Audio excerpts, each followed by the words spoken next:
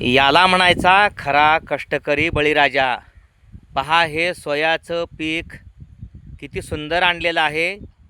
एवढा पाऊस होता।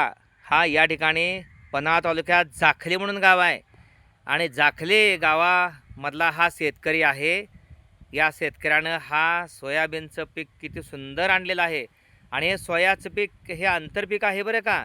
हे पहा या ठिकाणी ऊसाची नर्सरी लावलेली आहे, ती सुद्धा चांगल्या पद्धतीची आलेली आहे।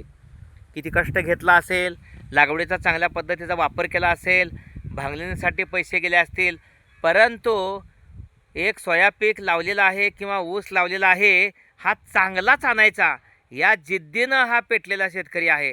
म्हणून अशा या कष्टकरी बळीराजासाठी एक लाईक देणं गरजेचं आहे, म्हणजे अशा शेतकऱ्यांना नक्कीच प्रोत्साहन मिळणार आहे। धन्यवाद मित्रांनो।